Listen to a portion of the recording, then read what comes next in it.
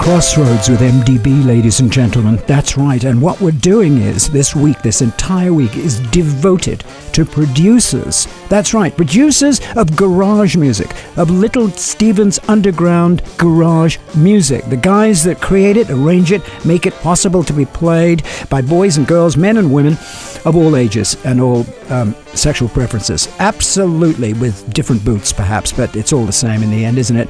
And today, before I get way off subject, Jimmy Miller. Jimmy Miller, the incredible American producer that made his bones and his fortune and his misfortune in England.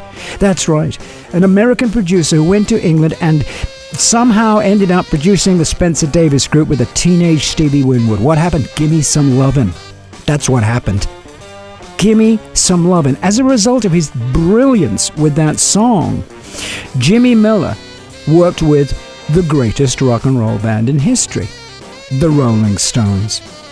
And it was an amazing relationship that they had, those guys, because the argument being that I've been seemingly returning to during the course of these discourses on producers is the need for them, it is impossible for you to produce yourself, I think. I mean, it's virtually, I had this conversation with Little Steven. He says there's two people that could produce themselves, John Lennon and Prince. Those are the only two that he mentioned that could produce themselves. Jimmy Miller produced the Rolling Stones. Now, remember, the Stones did that album, their Satanic Majesties Requests. You remember that? And it was an album that ostensibly was a psychedelic album, and I think they were kind of lost really because their Satanic Majesties was not an R&B oriented record. It seemed estranged from the course that the Rolling Stones, the template that they'd set. And I think people misunderstand that to a great degree. Andrew had dropped out before then, I think, in acrimony perhaps. Who knows? Only he can tell you, and probably does tell you, and I'm sure he does, and I hope he does, what went down. But Jimmy Miller came in, and what does he do? Jumping Jack Flash. That was the first song they did, was Jumping Jack Flash. It's the first song, and Beggar's Banquet. I mean, how could you even, work with anybody after you've done Jumping Jack Flash except Jimmy Miller? And then he did, Beggar's Banquet in 68, wasn't it? It was Let It Bleed the following year, 1969. Unbelievable album. Sticky Fingers in 71 with that horny jeans, with the package cover that Warhol did. And then arguably one of the greatest albums ever, the masterpiece of rock and roll, Exile on Main Street. That was 1972. And the final album he did was Goat's Head Soup in 1973, which ended their relationship. All relationships do seem to end, don't they? And theirs did. I think that it's a very, very difficult thing, and I'm just going to skirt over the obvious debauched issues that were at stake here. One succumbs to these things when one is isolated in that infamous bubble. And I say infamous, which includes the word famous.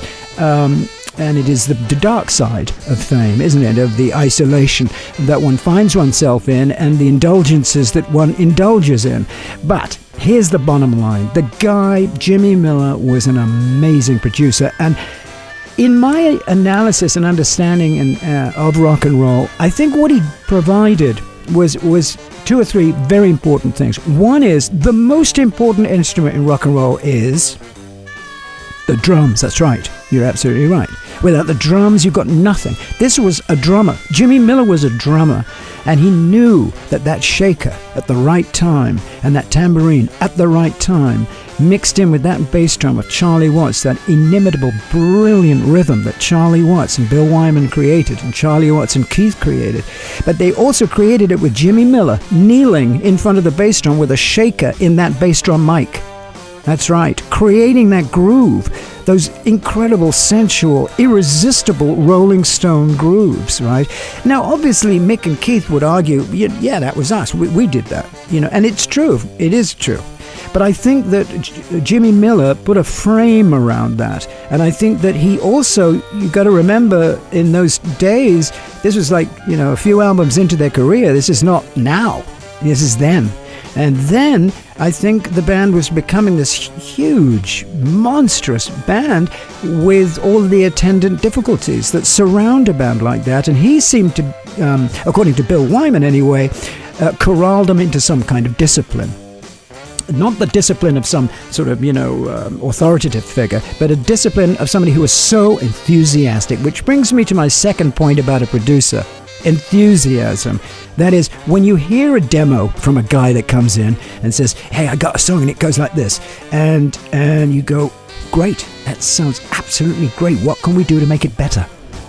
Right? I mean, that's the role. It really is. It's to appreciate and then recreate. Or if it's a fantastic song, you just cut it. You just do it the best way you can.